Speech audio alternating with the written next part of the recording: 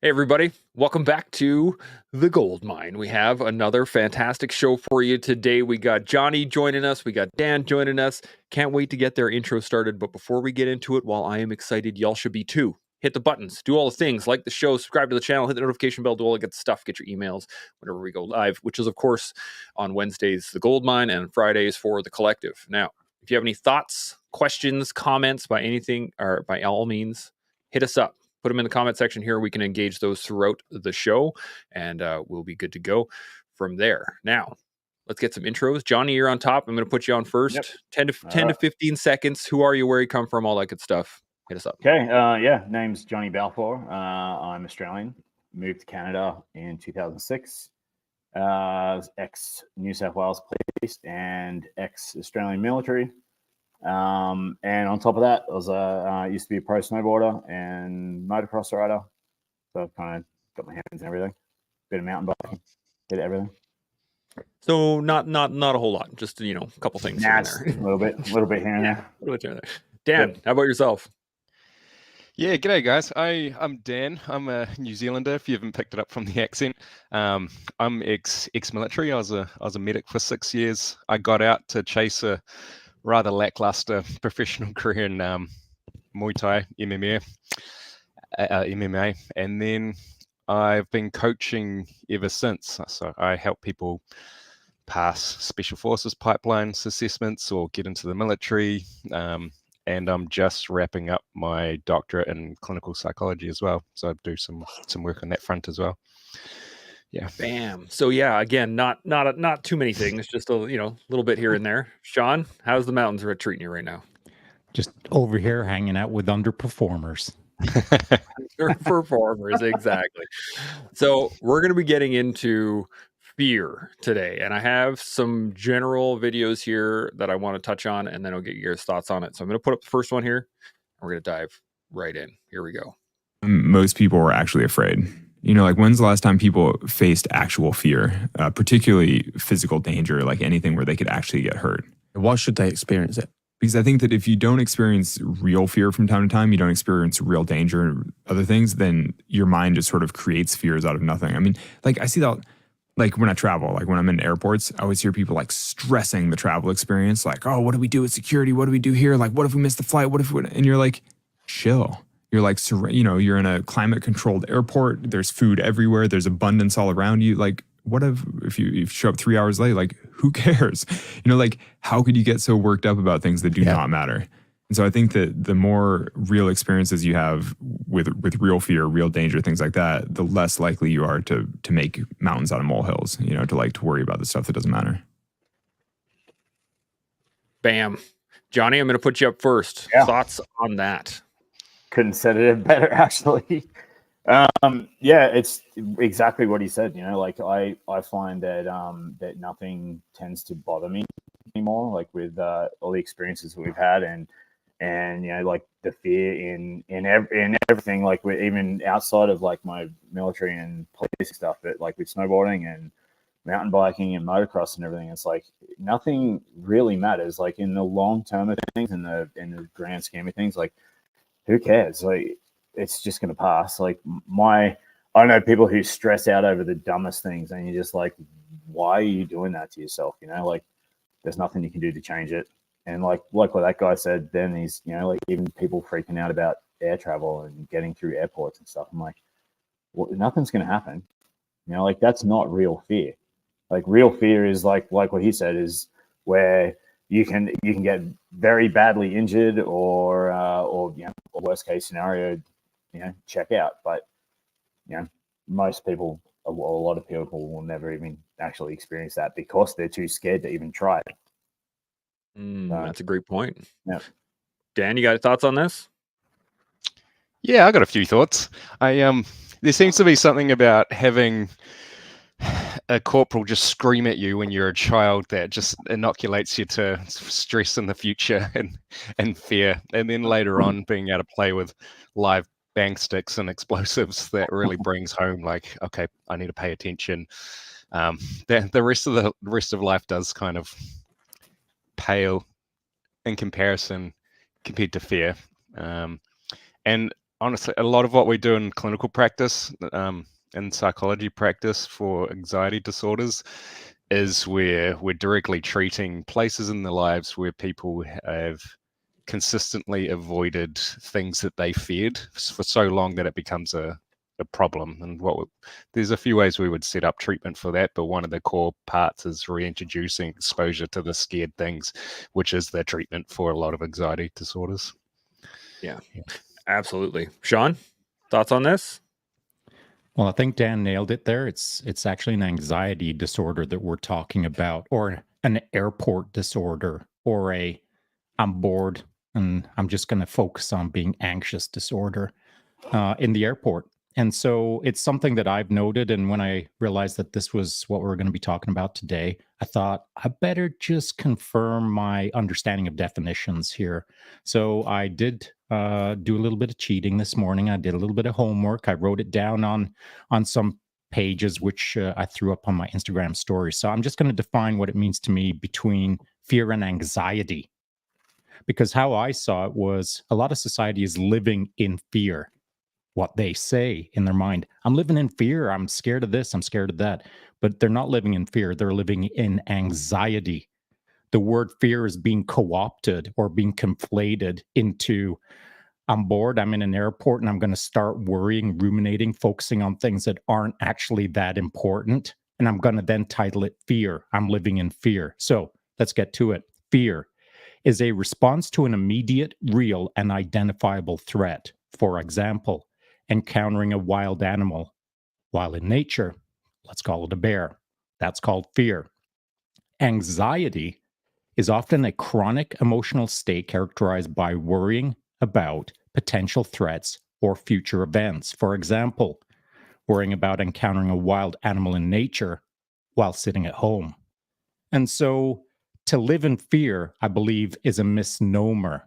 It should be called living in anxiety because we're not typically facing fears on a regular basis. In fact, the root word fear, it came from Proto-Germanic, meaning danger or ambush. And then it got converted into Old English, which meant sudden danger or sudden attack. So fear, in essence, for all of us on this panel, can easily understand it as the word ambush. But most of society is living like they're constantly in an ambush while sauntering around in an airport looking for another coffee. Yeah, this is a consistent challenge whenever, and we were kind of joking about this earlier in the fact of, when you first get to basic training and you have instructors who are just screaming at you. But if you've lived a little bit of life, if you're a little bit older, that's not really that fear inducing. But for somebody who's never experienced it, that is very fear inducing. They're all of a sudden have someone in their face, and it can be quite a challenge to overcome. Let's go around on this one more time. Johnny, you got any thoughts on what Shaun just put out? Yeah, I mean, I get exactly what he means with that. It's because like if fear should be that sudden thing of like I'm in this moment and this could happen right now. Whereas if you're just sort of sitting at home, like that bear analogy that you said, like you're just sitting on the couch, like why you're not scared you're going to get attacked by a bear, you're anxious about it. Whereas like if you are out in the bush and you come across one, well then, yeah, you're genuinely scared. Like I had one a moment a few years ago, mountain biking just up here on the hill, and came around the corner and there was a big black bear right in the middle of the trail. And me being an Aussie, I have a bit more of a fear of bears and cougars than I guess Canadians do. But I don't know. I mean, like I genuinely, I was scared. Like I knew what to do. Like I've been in, so I've done like the bear aware stuff and everything like that. But he wasn't moving, so threw a rock and he treed right next to the trail. So the best thing I could do was like walk back out the other way. But there was genuine fear there. Like I wasn't anxious about it. I was genuinely scared because there was this giant bear in front of me. Like we have animals in Australia that will kill you too, but nothing like that. I mean, we can get bitten by a snake or a spider. I mean, it's there is that thought there. Like if I go out in the bush and that's there, like you're anxious for it, but you're not scared that it's going to happen until you actually see it. But compared to like now living here and having to face stuff like that, it's a little different.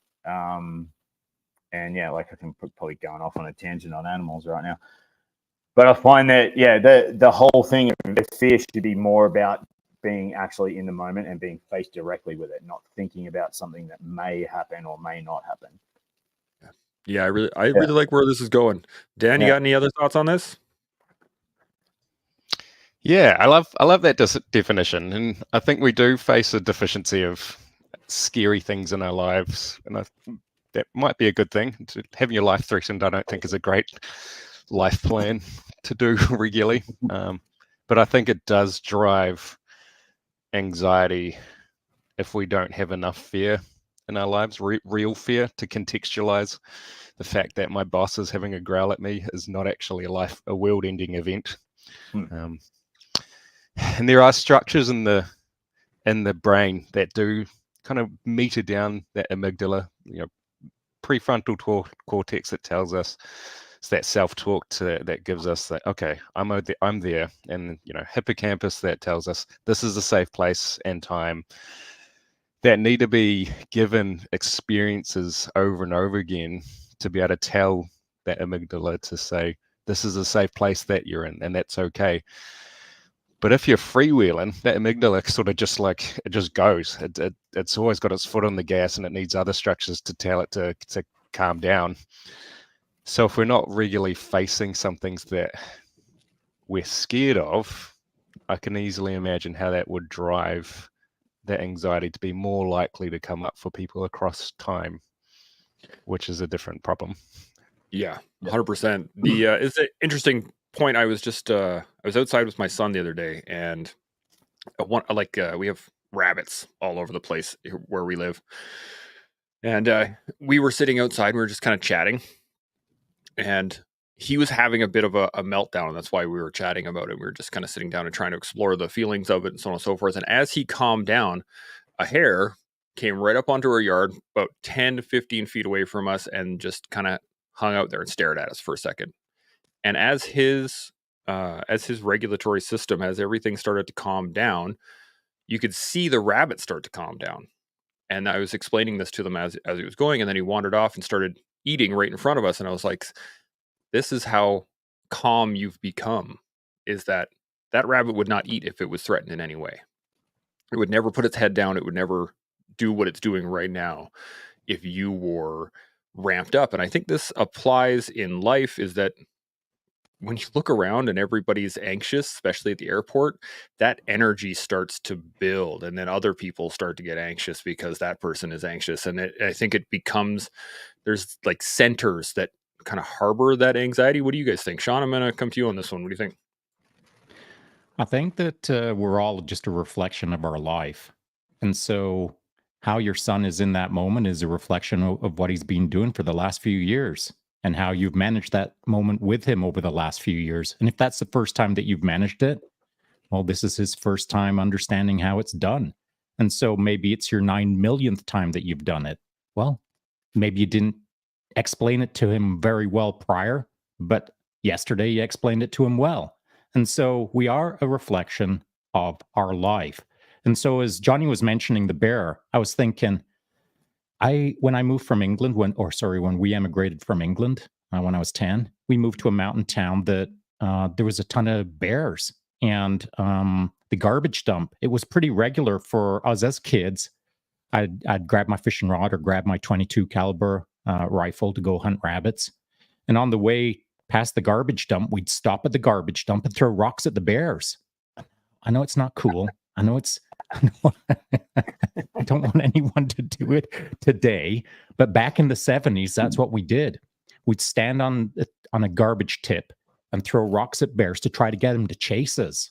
And then the bears would have to make the decision between chasing kids or stopping and going back and eating more garbage.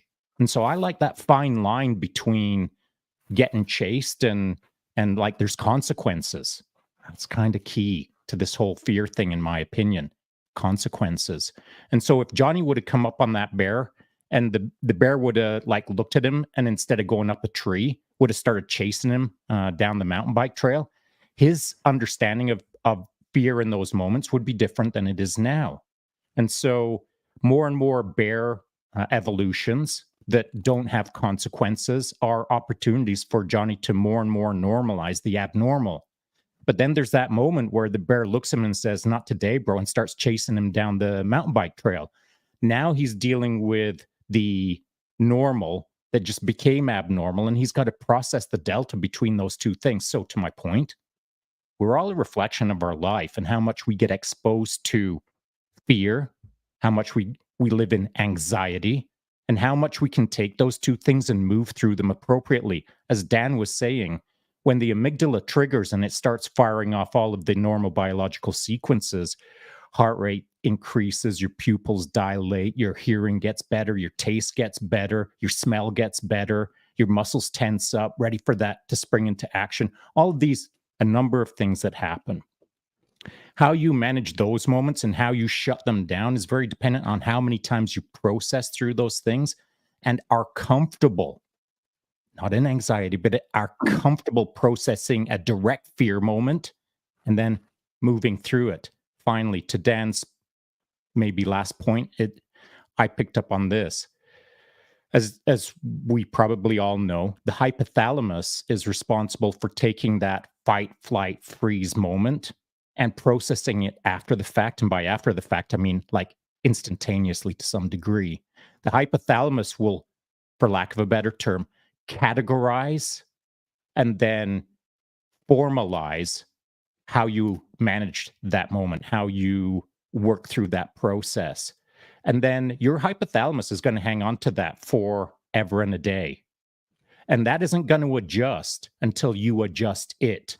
So all these biological processes that you're hanging on to will always remain as is until you are aware that you've got to acknowledge the fear, understand how you process the fear, and then what you learned after the processing of the fear, that branching point of, did I do it right? Did I do it wrong? Could I do it better?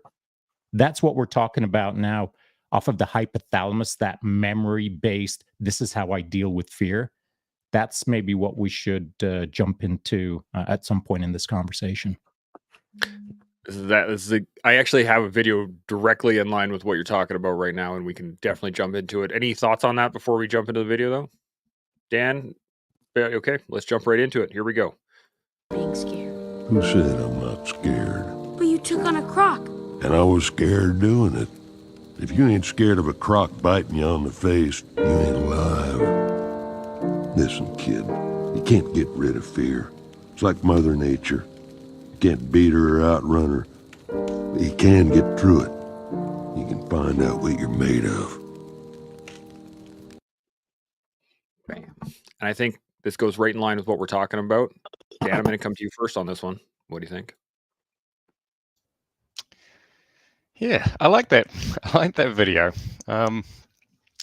One of the things I do think about when we're considering fear with my clients is a lot of the sentences that gets thrown at me is, I'd like not to be anxious anymore. I'd like to not have fear anymore. And that's one of the things we start to play with together in therapy is actually fear is really important. It keeps you safe. And I might come back to that. I've got a story about that. I come from a country that doesn't have anything that will kill me. But specifically anxiety also tells us that there's something threatening, something that is valuable to us in this moment. And if we actually listen to it, it tells us what is important to us.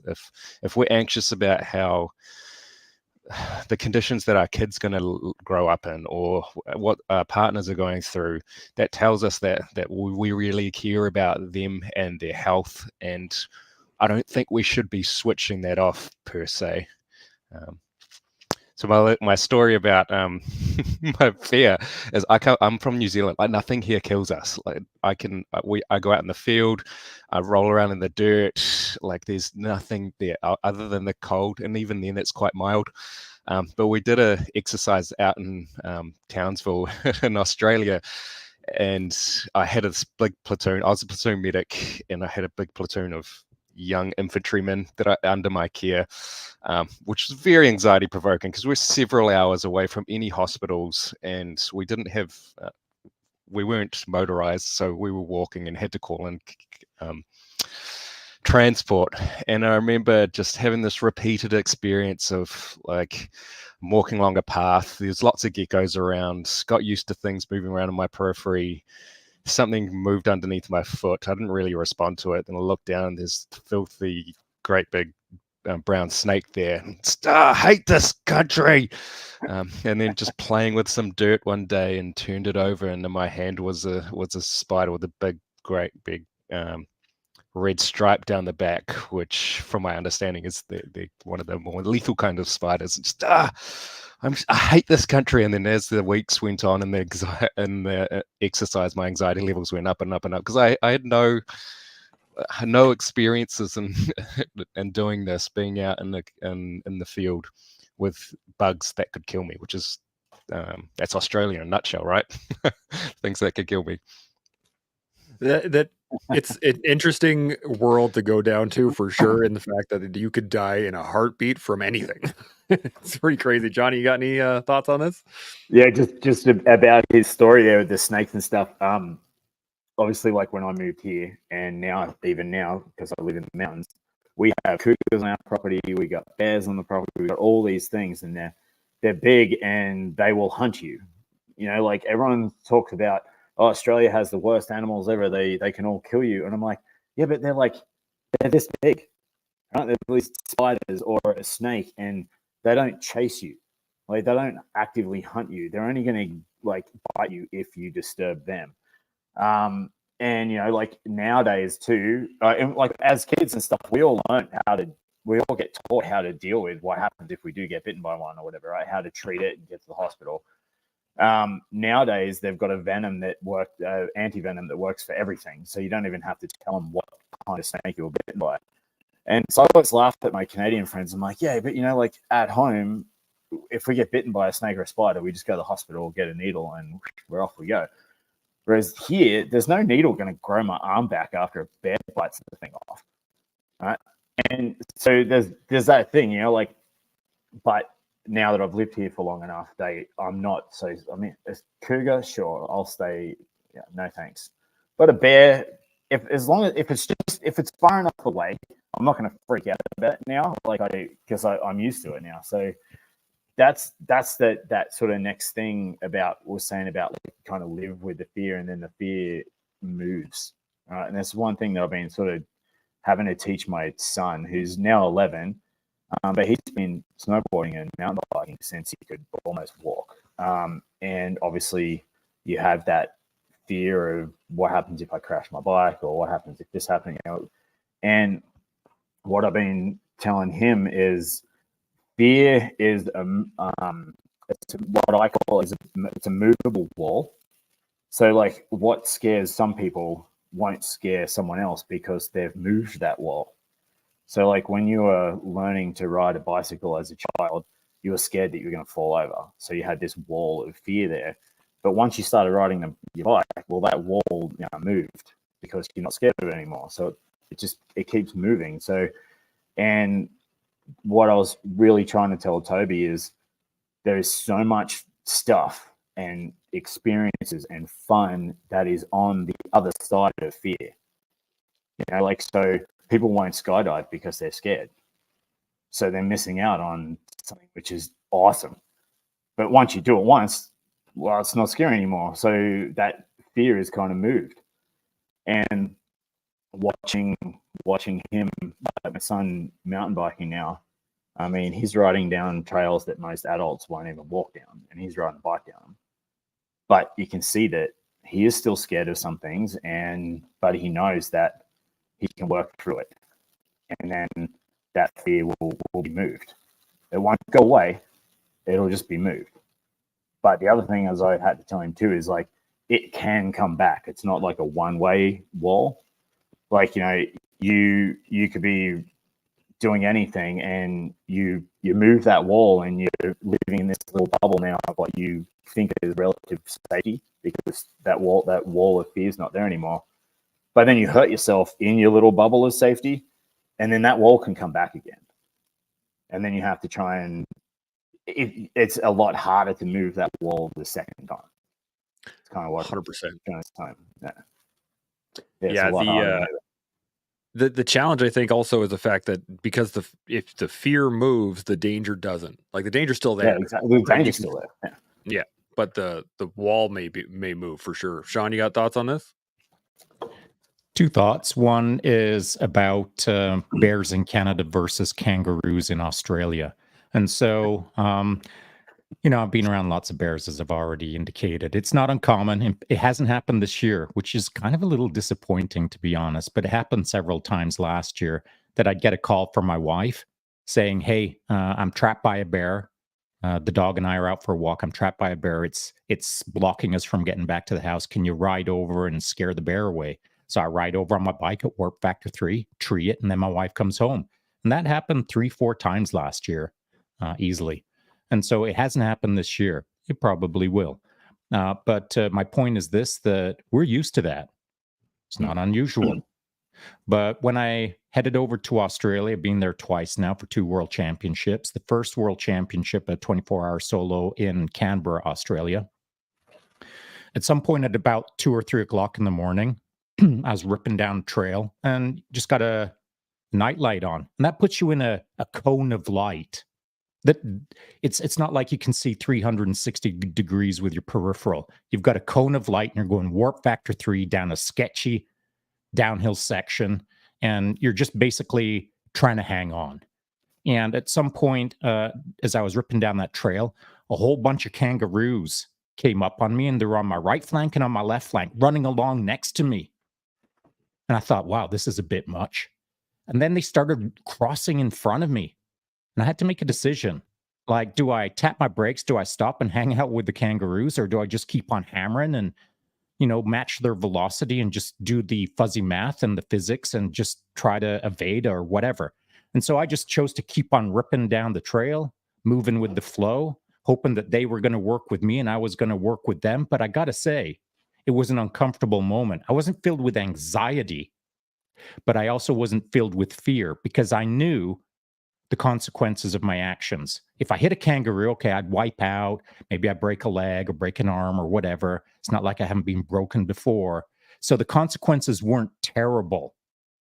But the idea, if I would have just stopped, not panicked, but just stopped and let it all go by at 2 o'clock in the morning, I'd still be sitting here bummed at myself that I kind of gave up on the moment. And that's how I like to look at things. Mm-hmm. The fear of the moment is a binary decision for me. I'm not saying this is the same for everyone. I'm just saying for Sean, when I'm facing the fear, it's a branching decision, in or out. Get off the bike or stay on the bike. I'm a stay in the game kind of guy. So if the fear's right in front of my nose, I'm going to engage with it because I kind of like it, because I'm kind of comfortable with it. As long as I understand the consequences and I can do some pretty fast, fuzzy math, then if the odds are generally in my favor, I'm all in. However, so if you're facing these kind of fear moments, you can kind of inoculate yourself against them. You can kind of normalize fear. You can operate in fear better. You can face it easier. But to Johnny's point, there's walls that I have yet to move. And it's called the fear of heights. More correctly, it's called the irrational fear of heights. I got about 370 jumps. And every time I get in a parachute or get up to altitude, or just the thought of going up to altitude, my freaking brain is going all kinds of bonkers. And I didn't know I was scared of heights until just a few weeks into infantry basic training, standing up on the mock tower, the 32 feet, the fear of height. As I was standing looking at that, I thought, what is even going on with my brain? And so since that moment, I've never stopped fearing heights. And it is always the same intensity. It has never faded. What I have done over the last 40 years is figure out, we'll call it loosely coping strategies, but more correctly, ways for me to just kind of look the moment in the eye and say, not today. This is freaking going to happen. And I don't care what my stupid brain thinks. It's done. And so all walls may not be movable. But what I do is climb over the wall, leave it where it is, climb over it, and just freaking do what has to be done. And the next time I come back and look at that wall, it's still in the same place. It hasn't moved. Maybe I'll go around it. Maybe I'll go under it. Whatever the case is, the wall is always there for me on the irrational fear of heights. I've just figured out probably the secret of the universe for me when it comes to these moments is, why am I doing it? The reason for my existence in that moment. If it's a casual thing, then that's a different matter than it's mission priority or mission critical, or other people around me are relying on me to make this thing happen. So fear is not just a simple notion. It is quite complex and quite variable, and ebbs and flows throughout life. But I do feel that there are walls, to Johnny's point. Some walls aren't that easy to move. Yeah, this is a great point. And when you're relaying the story of the kangaroos, I was expecting you to, basically jump on top of your bike, ride it, surf it down the road while boxing at the same time, trying to I take would on have the loved kangaroo. to fight a kangaroo. That would have been that would have been the pinnacle of the stories right there. We could have shut it down, everything. We're like, yep, that's cool. But you raise a great point in the fact that fear can be managed. It can be kind of accepted. And as you said, Johnny, the walls can be moved. But that also brings into a realm of complacency as well. Because if you have pushed beyond the fear level, you're going to be doing things that you're totally comfortable with, you're totally relaxed with, you've done many times. It can bleed into almost a complacent manner where you're like, oh yeah, I've done this a million times, and I'm guilty of this all the time. And I have to remind myself regularly. I'll go to jump on my bike, and because I've ridden without a helmet most of my life, I have to physically remember, oh no, I gotta go get my helmet. And then I'll go get my helmet, I'll get on and go from there. But if I weren't thinking about it, if I weren't active in the moment, I would just go for a ride without my helmet and be like, yeah, I've done it for many times. I'm totally fine. It's just a trip down the street, but that trip down the street could be the end of me in a heartbeat that you don't know about, right? So I'm wondering what your guys' thoughts are on the complacency level of pushing that fear back, that fear wall back, but then having that complacent moment. Dan, I'm going to come to you first on this one. What do you think? Yeah, no, I definitely think you're right. Yeah, I'm having. I was about to say flashbacks, but we did some clinical exams recently, and you could tell there just happened to be 3 of us that had military service. 2 of them still in uniform, me previous history, and everyone else doing their exams were really stressing out about it, and you could see they would leave their mock exams and stuff, shaking, sometimes crying. They were so mean to me, and you'd see some of the army guys it'd be 2 responses. When it got hard, they kind of had a smile on their face, which I think is a learned response from the military, like, all right, let's go. Or there would just be nothing there, or that was fine, we just had a conversation. And these are really important career altering exams. I had studied for 9 years in the lead up to that exam, and that if we failed it, that was another year and a whole bunch of different work. And for us to have that either smiling or quite a blasé approach to it might have been helpful, might have not been helpful. Some of the anxiety from the other people might have been helpful. You can easily imagine if they're stressing about it, worrying about it, they're going to be studying more. They're going to be very attentive to what the examiners are saying, but it might have also been unhelpful. So I can definitely see both sides of getting conditioned to fear, helpful and not helpful in specific situations. Yeah, that's a great point. Johnny, thoughts on this? Yeah, it's the whole complacency thing is definitely there. My experience is, from back, so I'd say early 2000s to sort of late, so around 2009, I was competing in snowboard cross and trying to get enough points to go to Vancouver to compete at the Olympics. And yeah, everything is because you do something so often and you've pushed that fear wall away and you're just so used to doing stuff. that it can come back to bite you quite easily.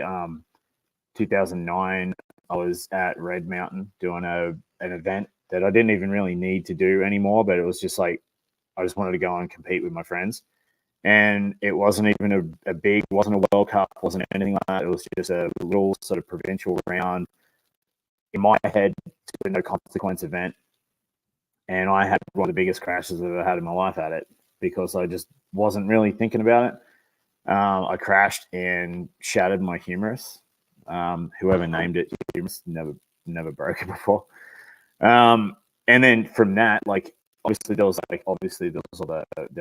surgery on there and then all rehab and everything. But the following so I went home to Australia in August of 2009 for a training camp with the Aussie team. And so this was my first time back on snow after doing this. And I stood in that start gate and I could not fall out of the start gate. Whereas, like normally it was second nature. So yeah, the complacency thing can come back to bite you very hard. And ever since then, that wall that I pushed away has come back.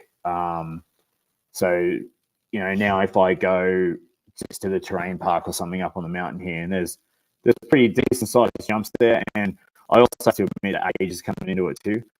But years ago, I would never have had any thought about what could possibly go wrong. It was always like, yeah, no problem, I'll go and hit all those jumps. But now that fear wall has come back. And I like to sort of tell people too, is like, if you look at something, even if you've been doing it your entire life, if you look at something and you suddenly start thinking of all the things that can go wrong, instead of thinking about the good consequence of doing it, you now start to think of all the bad consequences. Well, that's a time when you should maybe pump the brakes a little bit and reassess what your plans are. Because there's a whole bunch of stuff that I used to do that I won't do anymore. I'm also 49, but less than age doesn't count. But it is. It is the age part too. Obviously, I'm in a unique position that I work for myself, so I don't have that thing in my head thinking I've got to go to work on Monday. I can still go out and ride, and if I mess myself up, I'm like, oh, well, I don't have to call my boss and tell him I'm an idiot. I just already know that.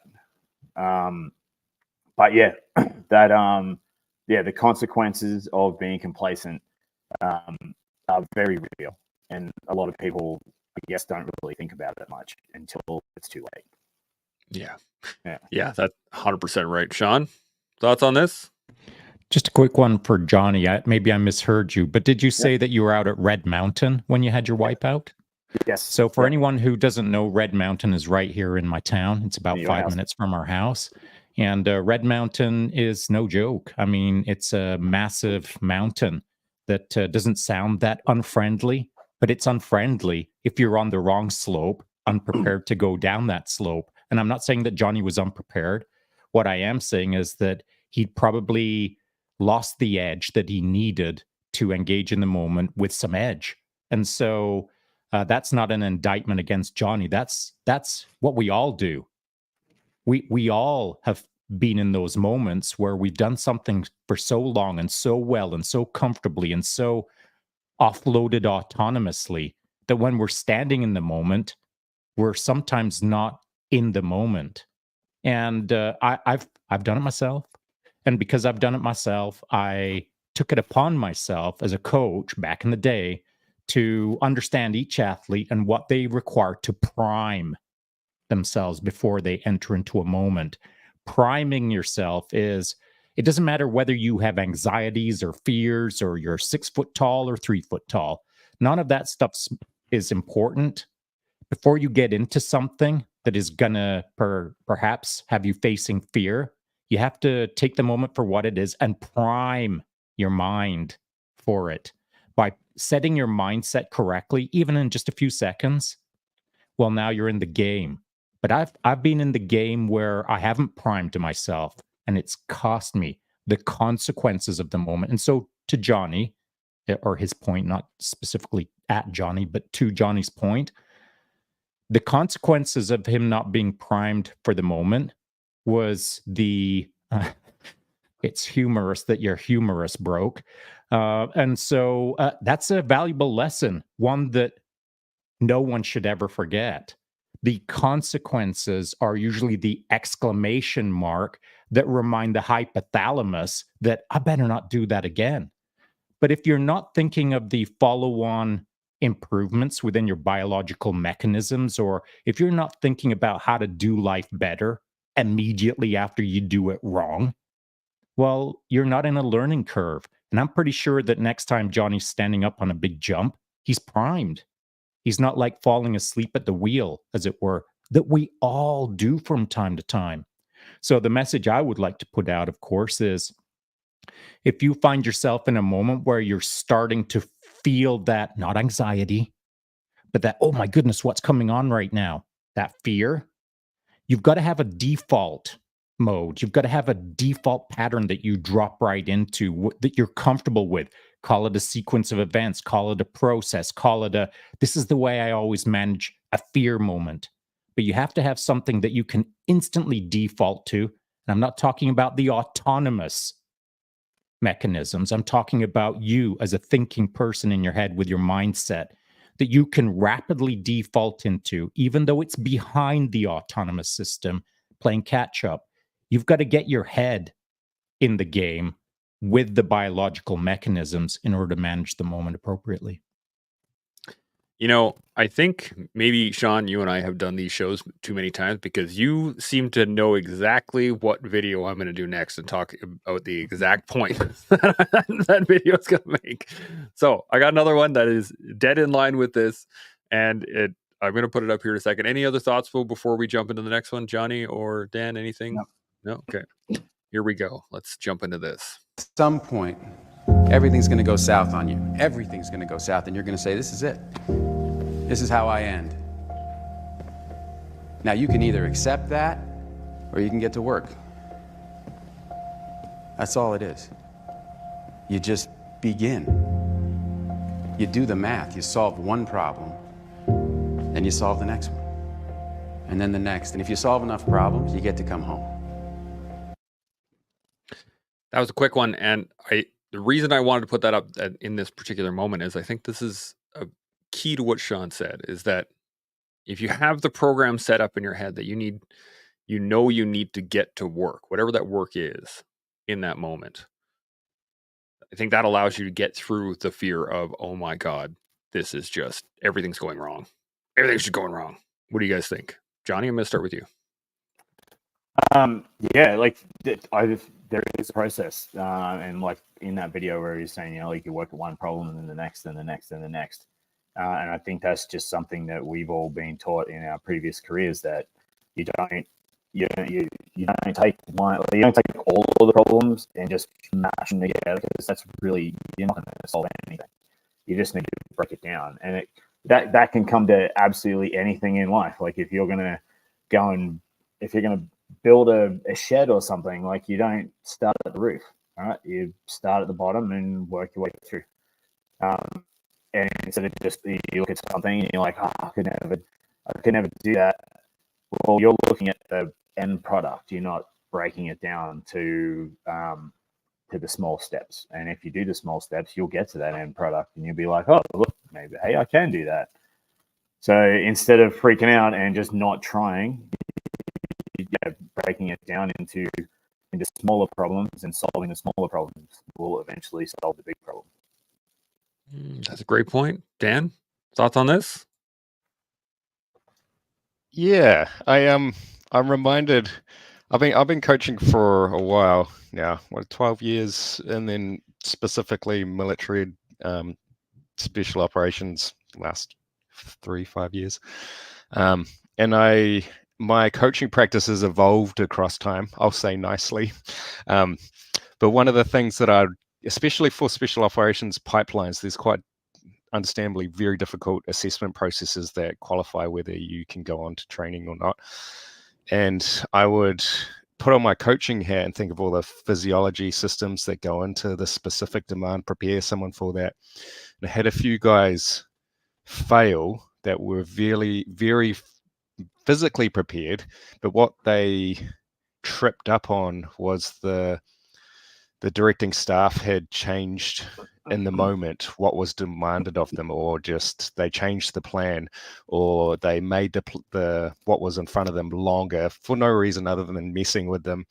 And it was that that loss of predictability and control really got to them. It really got underneath their skin, and common to special forces pipelines across the world, there's a lot more voluntary discharges than there is actually performance discharges. And I think that's one of the elements is you can prepare everything but for a specific event, but if you're not prepared for that moment where you're like, oh, I don't know like what's going on, or this is what I haven't prepared for. If you haven't prepared for that feeling and then go into practices like, okay, well, this is crazy right now, but I'm just going to focus on this next bit, or like I'm going to pick up these jerry cans and go to the next tree, even though my world feels like it's crushing in on me right now.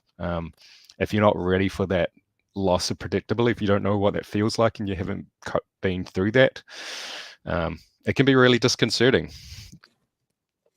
Absolutely. I can see the twinkle in Sean's eye right now because he was DS staff on a number of these things. He was just like, yep, I've been there. Sean, any thoughts? Was that a video clip from The Martian? Yes. Yes, it was. Okay, so that's actually a real good movie to sort of highlight the difference between fear and anxiety.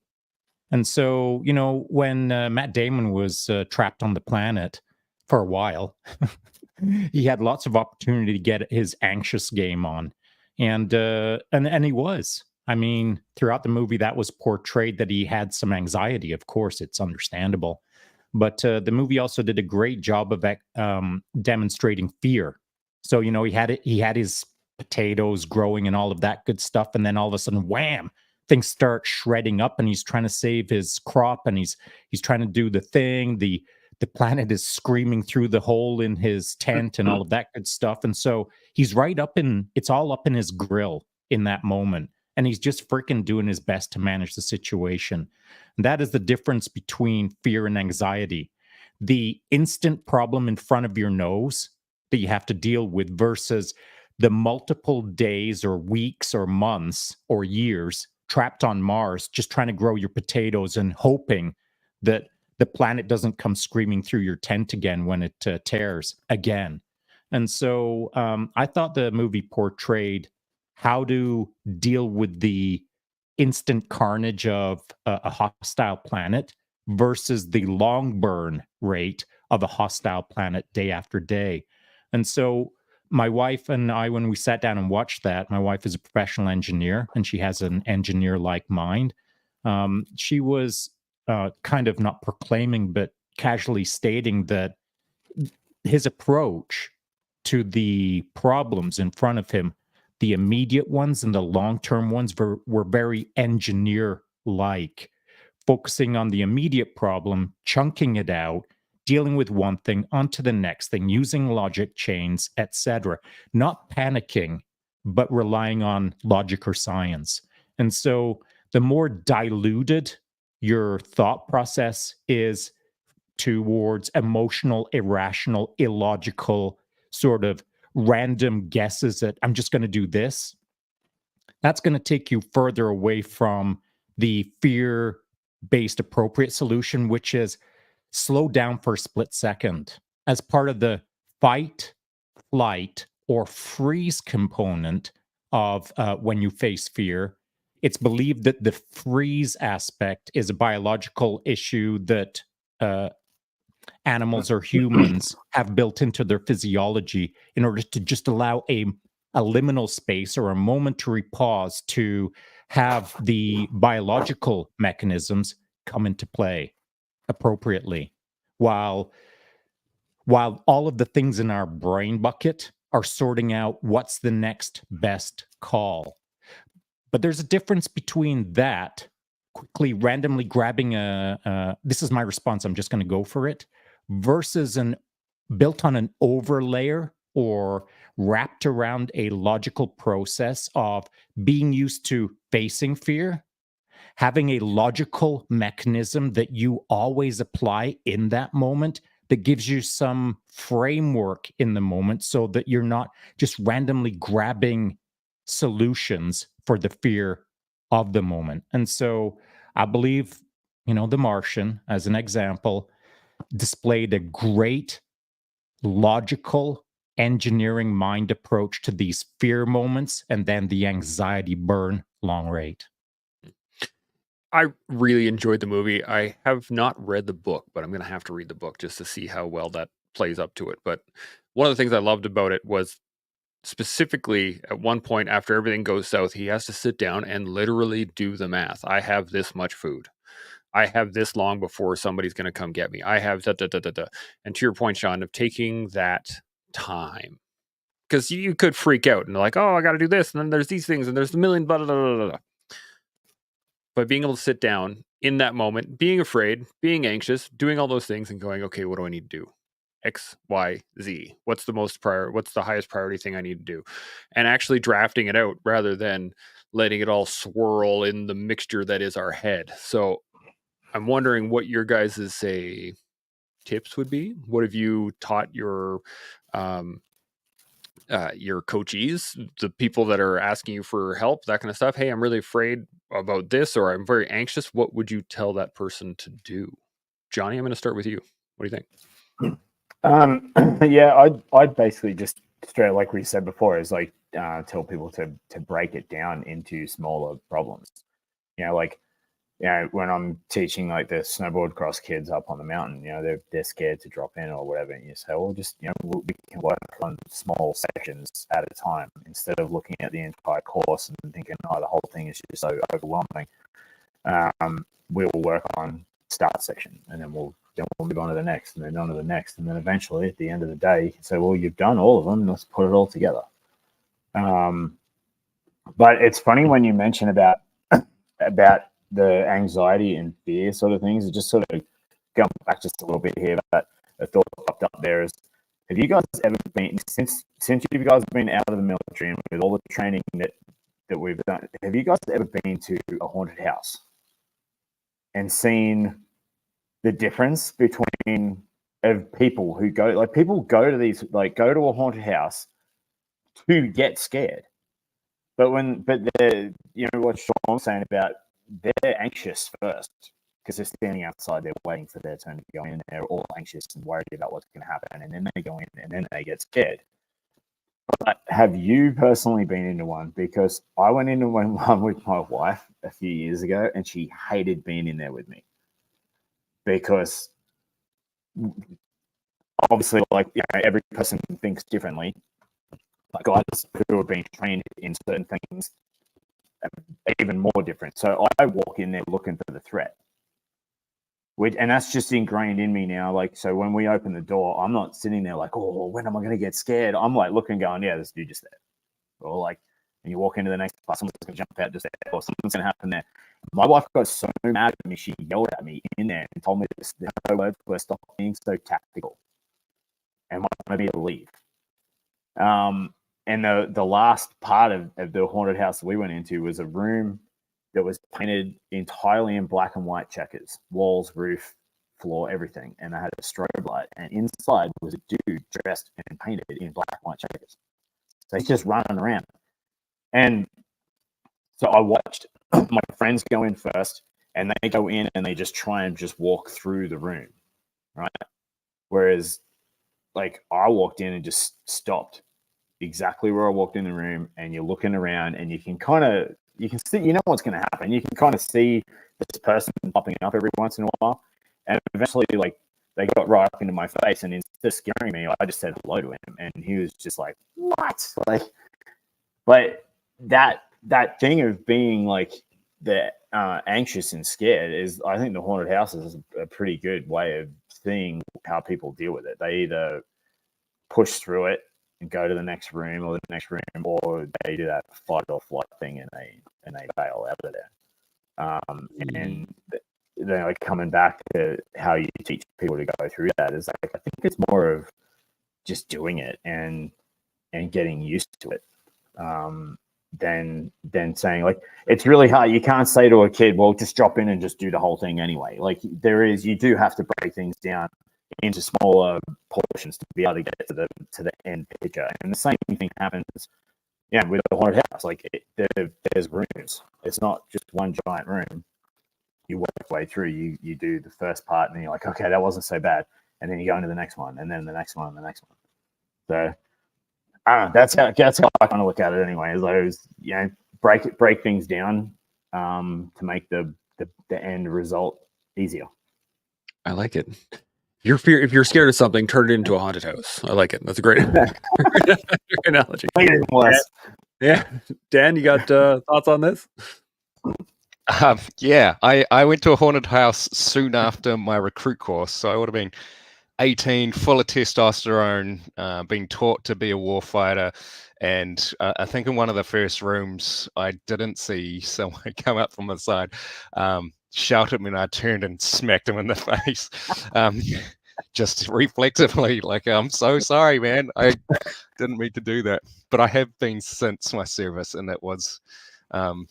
I actually went with some police friends, and we talked about it afterwards, and we had similar response. Walk into a room, check the exit, see where the hidey holes are, and that's something that's bred into police for sure. And I just know your heritage, Johnny, of police work, where you are constantly, where am I positioning myself in the room? Who's facing me? What do their faces look like? Where's the exits? How many people are here? Like, just things you run through your head so many times that you just kind of do it, even decade after service, that it just pops up, and it takes away the punch of danger situations, but also takes away the fun sometimes of the haunted houses.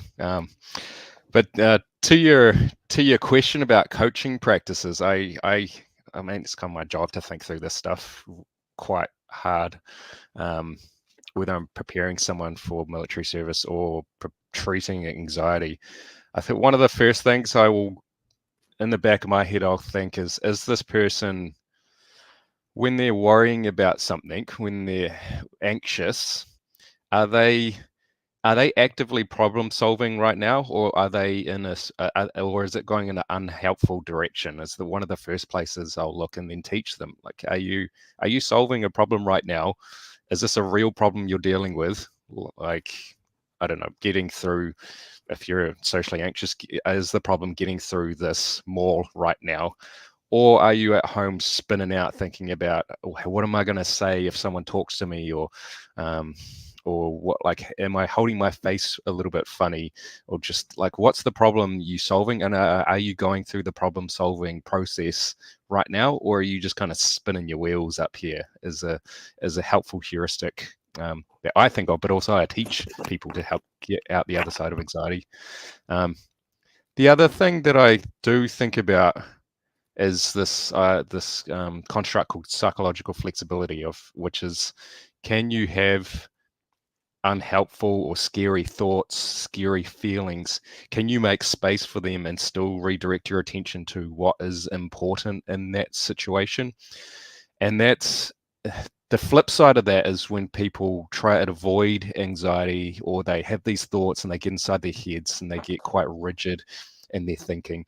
It's a great predictor for, if you have an anxiety provoking situation, to create anxiety, like the disorder, as opposed to, you can have anxiety, you can have unhelpful thoughts like, oh damn, I'm going to die right now.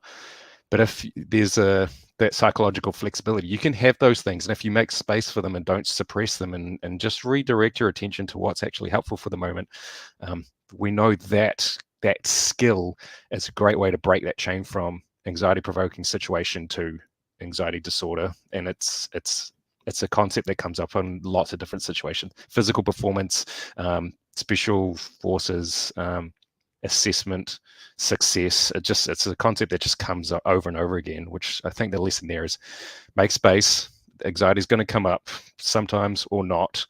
How you respond to that anxiety is more important than it coming up. Yes, no. Yeah, I'm 100% tracking. Shaun, what are you thinking on this? Haunted house. You're standing outside. You just paid for your ticket. You get some tickets. You're looking at the people that you're with. You're about to step through the door. Me, I want my money back right away because I've just been in so many haunted houses. I know that I'm going to get ripped off. I'm not going to get my value for my dollar. When I was a kid, I got all the value for the dollar. And that's life, man. That's the journey of life.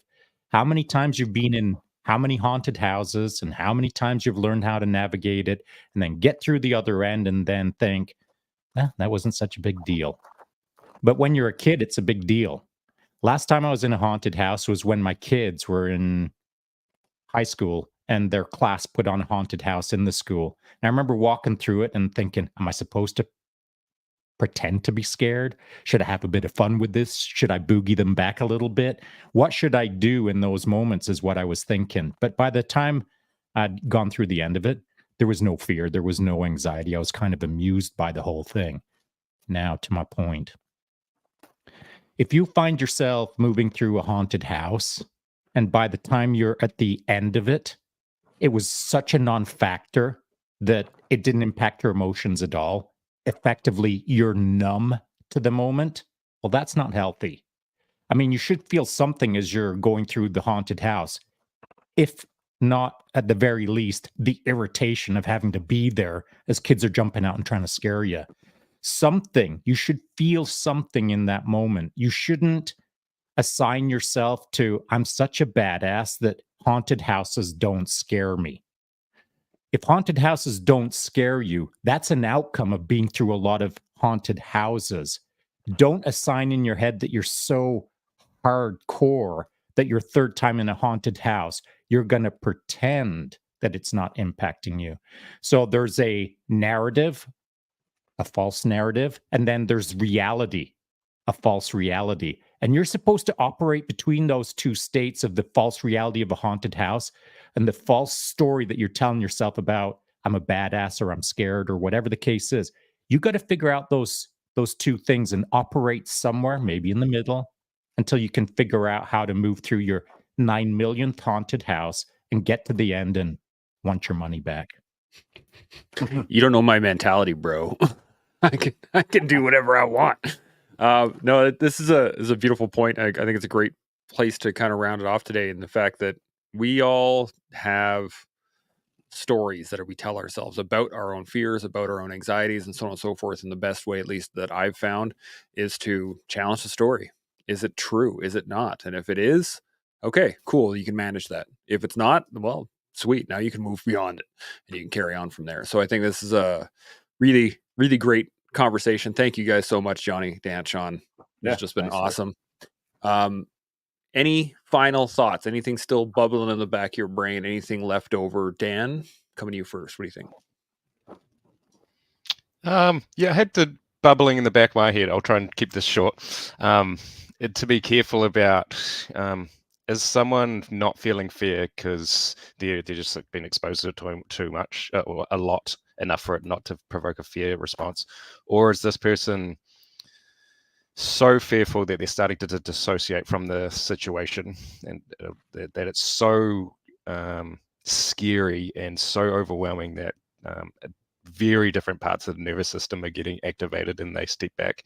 And it turns out you can kind of reliably cause, if you get someone tired and fatigued enough and under so much pain, like Special Forces selection, they often will start to dissociate, and they'll think that's a good idea. They said, I just withdraw on myself, and that's good because I don't suffer as much. But we know from some of the outcome research from that is that they stop actually paying attention to things that are important. They stop being able to navigate as well, and they stop being able to attend to the safety of their teammates as well. But they'll tell you the same thing. They're not actually scared anymore, but it's for a different reason than actually the right reasons.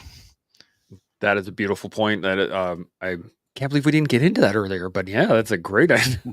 Johnny, anything on the back burner there? What do you got? No, not really. I just find that, that, I mean, everyone, like, for people who say they're not scared of anything, is garbage. Everybody has fears. It's just the way that we deal with them. And yeah, as you get older in life, no matter what you end up doing for work or anything like that, everyone's fears are different. But the way of coping with them all seems to be very similar. Like, you just, work your way through things. And like Dan made a really good point there. It's like during selection courses and stuff, you see people who they don't, I guess you can kind of say they shut down because they think, if I, like what Dan said, like if I shut down, I can make it through this. But also his point that then everything else starts to suffer. So you do have to deal with your fears. You can't just put them away. You do have to deal with them. So, yep. Love it. Shaun, any final thoughts? Yeah, you're right, Chance. We could have, we should have, maybe we will in the near future, dive into the subject of that almost emotional numbness or that disassociative state. And I've been thinking about it now for almost a month since Operation Pegasus Jump, the week-long program out on Vancouver Island where veterans, first responders, law enforcement, etc., all gather together for a week and jump out of perfectly good airplanes and are large and in charge. Someone, shortly after they'd finished their jump, was walking back across the DZ, and I looked at them and I said, "How'd that treat you?" And they just shrugged their shoulders and said, "No big deal." I said, "Well, how do you feel now?" And they said, "I don't feel anything." And I looked at them and I said, "Oh, really? You don't feel anything? Why do you think that is?" And the individual said, "Because I've done lots of scary stuff in the past." And I thought, I don't have time to have this entire conversation, which would be about a half a day long, as the podcast would be about a half day long, if we jumped into that topic of why didn't they feel anything? They didn't feel joy. They didn't feel sad. You didn't feel anything, really? Because if you really didn't feel anything, that is cause for concern for a guy like me. But I didn't have time to dive into it at that time. But maybe in the future, we should make time and talk about that kind of thing in a future podcast.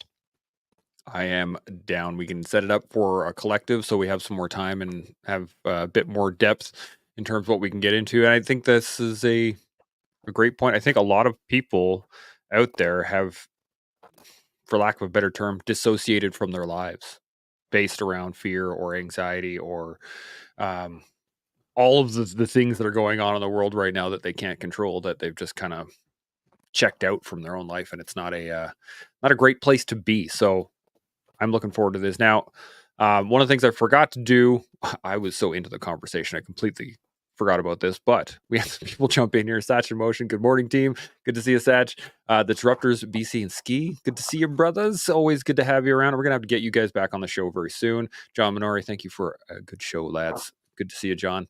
And I don't have really anything to add to all this. I think it was just a fantastic conversation. We touched on a lot of good points in terms of fear, but it is such a big subject that really, I mean, we could spend days discussing this in terms of the physical side of it, the mental side of it, the psychological, like we could go anywhere on it.